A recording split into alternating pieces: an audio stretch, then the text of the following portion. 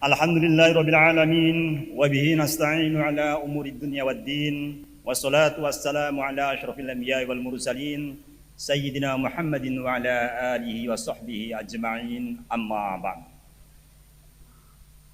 Yang saya hormati dan sama-sama kita muliakan Habibana Habib Muhammad Lutfi Ali bin Yahya.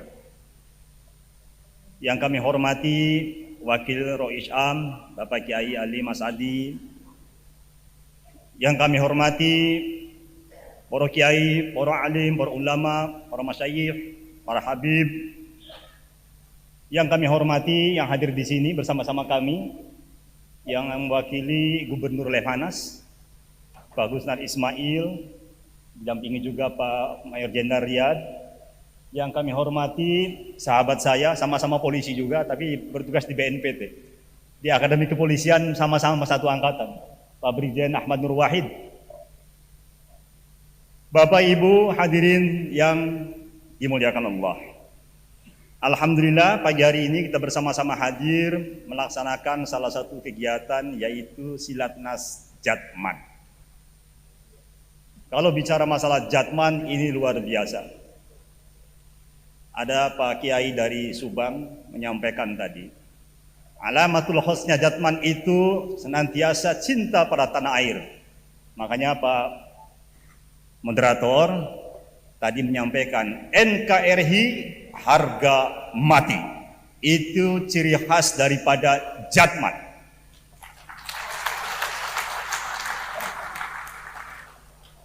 Beliau menyampaikan, Pak Doviri, kalau Jatman ada bendera yang robek itu pasti diganti.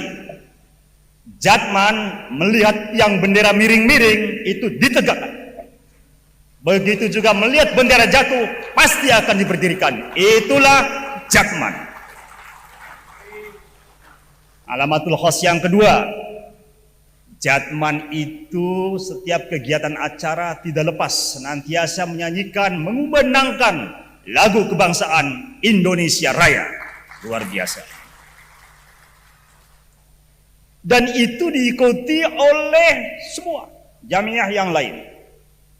Saya beberapa kali dan seringkali sejak saya jadi Kapolda Banten, Kapolda DIY, Kapolda di Jawa Barat, selalu mengikuti acara tabligh akbar, mujahadah apapun bentuknya, senantiasa tidak lepas dari mengumandangkan lagu kebangsaan Indonesia Raya. Itu senantiasa terinspirasi oleh Jatman. Tepuk tangan untuk Jatman. Bangga jadinya. Jadi hari ini mohon maaf saya sampaikan salam hormat dari Bapak Kapolri. Berbagi tugas beliau menyampaikan kemarin karena Bapak Kapolri hadir besok pada acara puncaknya, sehingga hari ini menugaskan saya selaku Kabid Intelkam untuk mewakili beliau mengisi acara ini. Dan ini kami anggap penting, walaupun Bapak Ibu sekalian, sesungguhnya kita yang hadir di sini, saya bisik-bisik dengan Pak Gusnar tadi. Jadi kalau kita bicara NKRI di hadapan Jatman, itu sama dengan menggarami lautan. Bahasa saya orang Indramayu, nguyai segara. Ngajari itik berenang.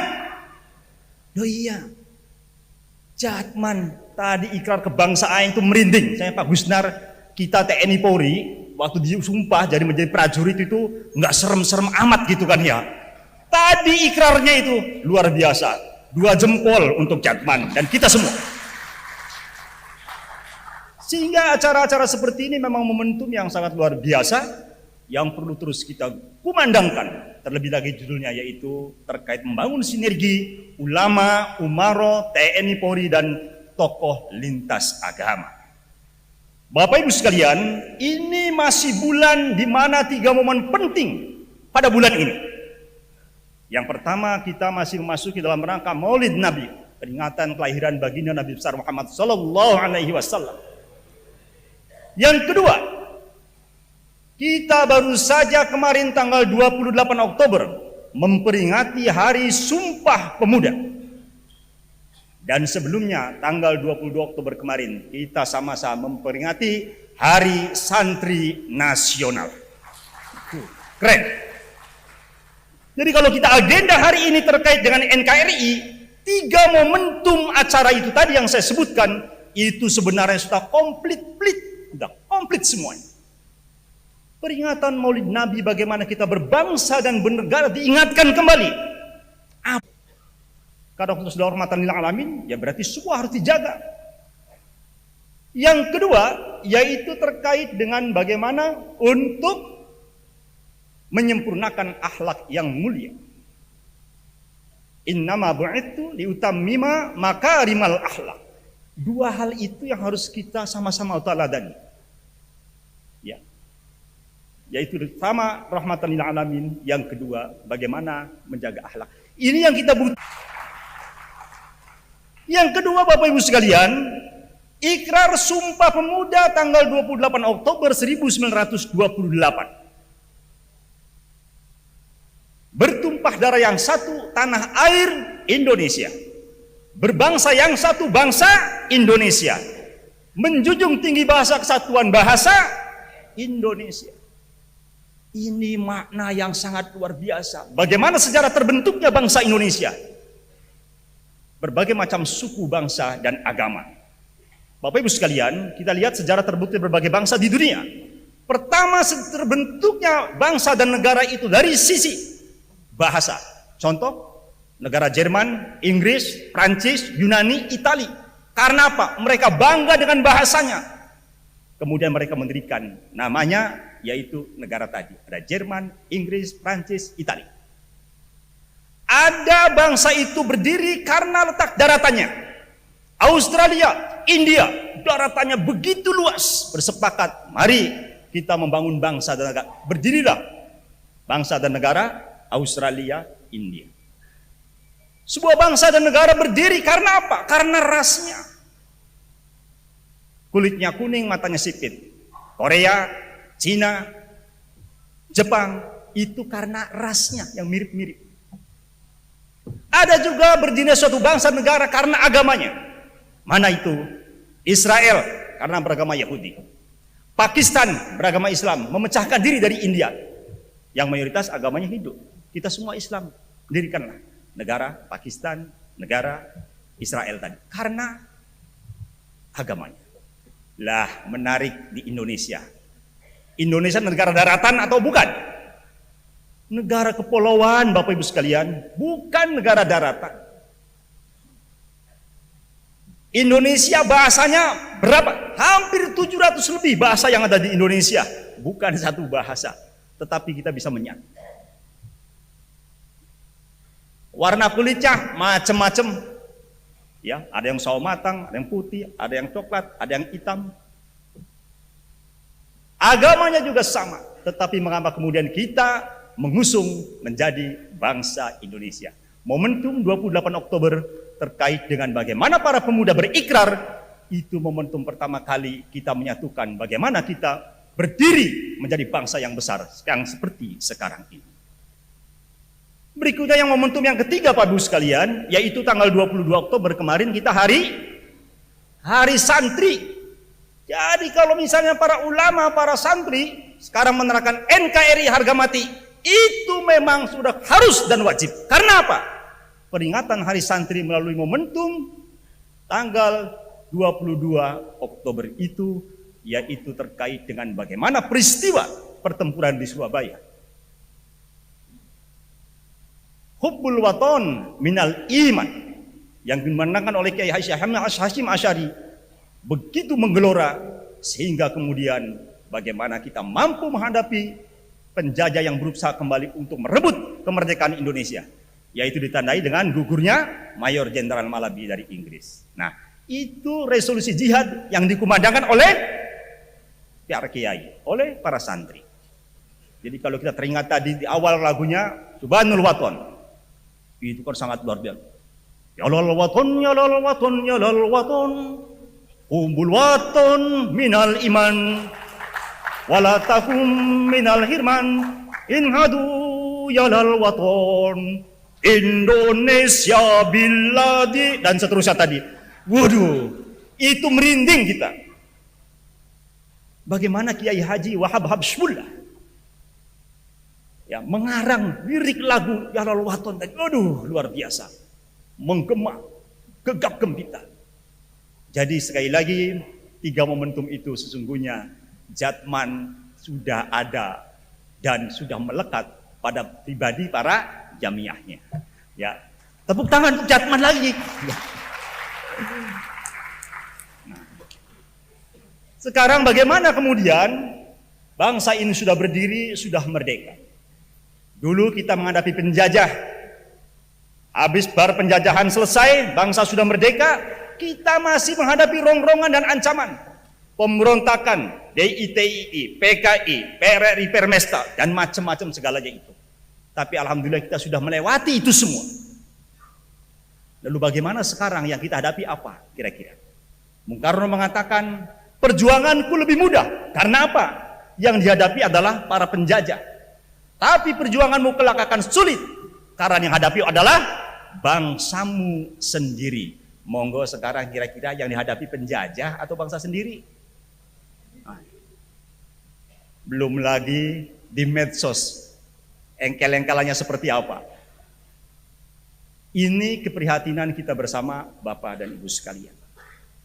Oleh karena itu, ya, pilar kebangsaan kita, yaitu pertama Pancasila, Undang-Undang Dasar 45, kemudian Bhinneka Tunggal Ika dan Negara Kesatuan Republik Indonesia, itulah yang harus kita usung bersama-sama.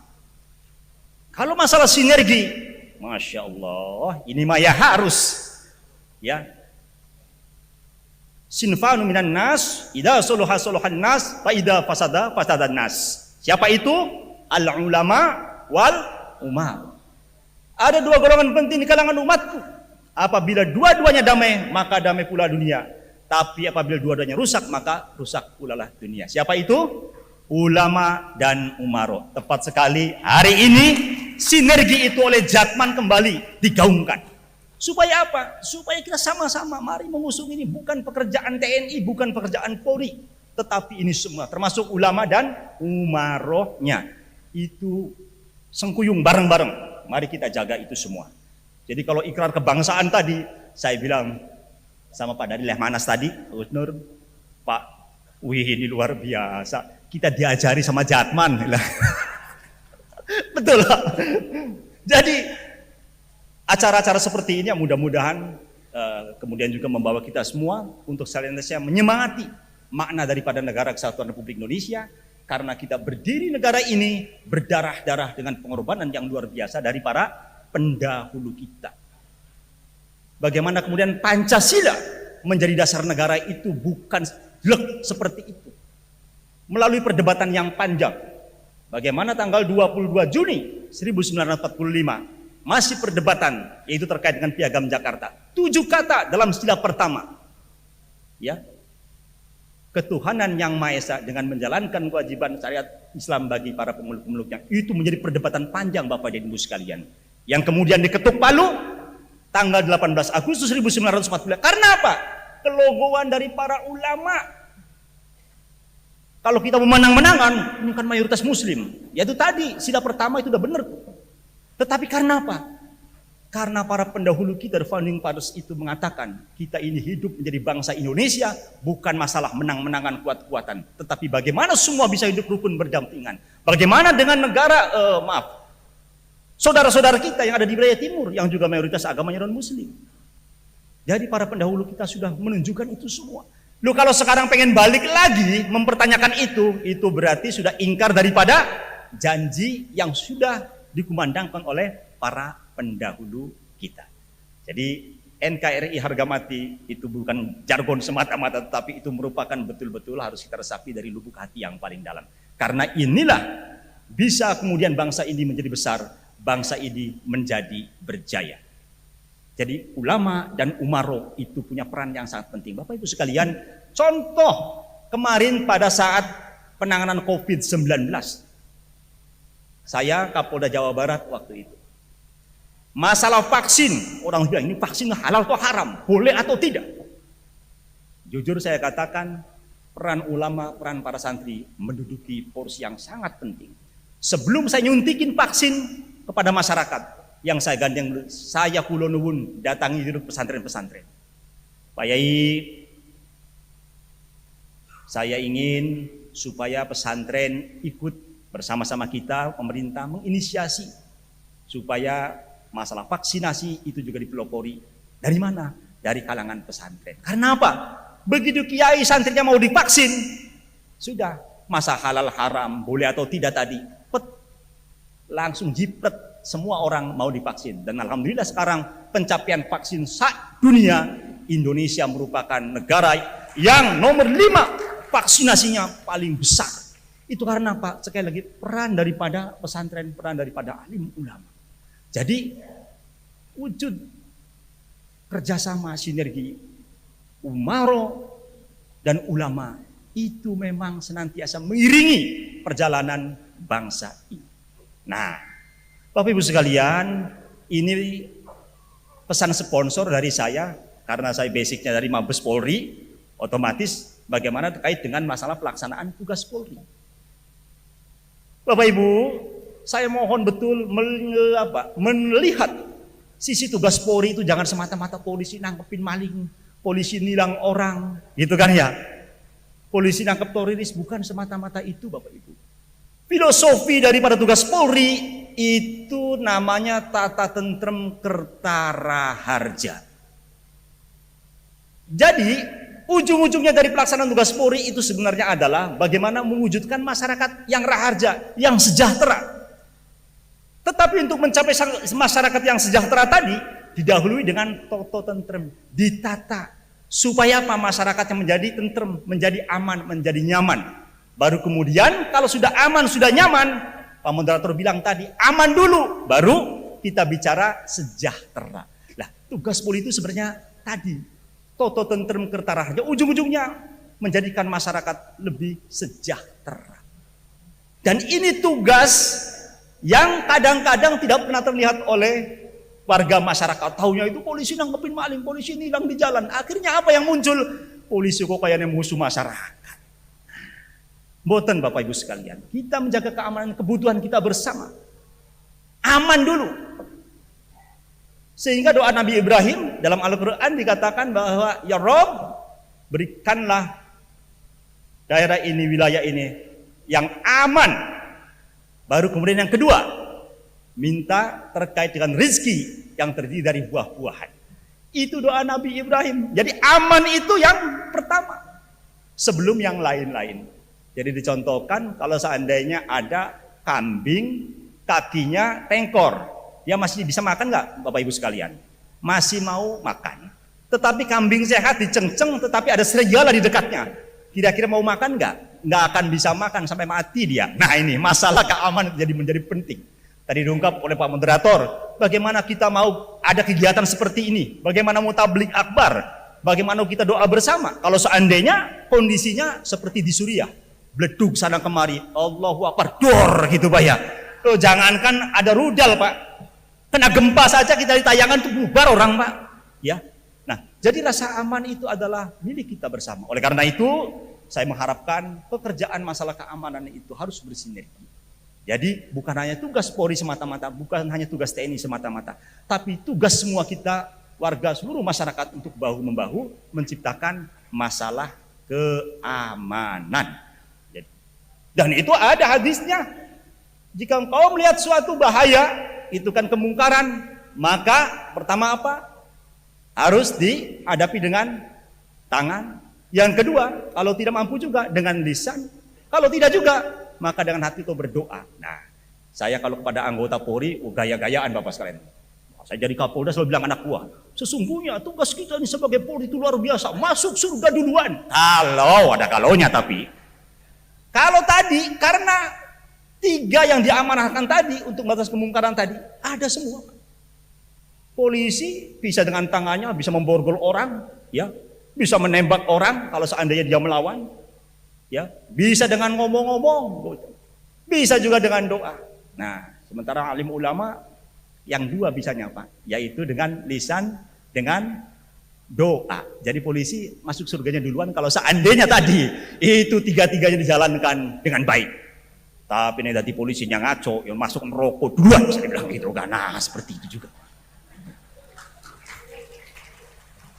Oleh karena itu, Pak Kapolri memang ada gonjang-ganjing seperti itu Bapak Ibu sekalian, ya emangnya juga prihatin bagi kita. Tapi yakinlah 400.000 anggota Polri lebih. Jadi kalau ada 1-2 oknum yang buat pelanggaran, Bapak Ibu masih sekian banyak, masih ratusan ribu yang lain yang insya Allah istiqomah untuk melanjutkan tugasnya dengan baik. Kami minta doa dari Bapak dan Ibu sekalian. Nah, dilanjutkan lagi nanti Pak Agustan sama Pak Yin Wahid nggak kebagian. Tapi sekali lagi intinya Bapak Ibu sekalian, kami berterima kasih pelaksanaan kegiatan Silaturahmi Jatman. Mudah-mudahan Jatman senantiasa dengan istiqomah mengusung bareng-bareng bagaimana menjaga negara kesatuan Republik Indonesia ini tetap tegak berdiri dan bersinergi untuk kita semua, bersinergi dengan TNI Polri, bersinergi dengan tokoh agama yang lain, karena inilah apa yang dicontohkan oleh Rasulullah, yaitu Islam yang rahmatan lil alamin. Saya kira itu Bapak Ibu sekalian, mohon maaf bahasanya beletak tutup wong Dermayu, wong pantai ya, nggak beda tipis dengan orang Tegal sama Brebes sama Pekalongan lah kira-kira begitu. Mohon maaf apabila ada kekurangan. Billahi taufiq wal hidayah. Assalamualaikum warahmatullahi wabarakatuh.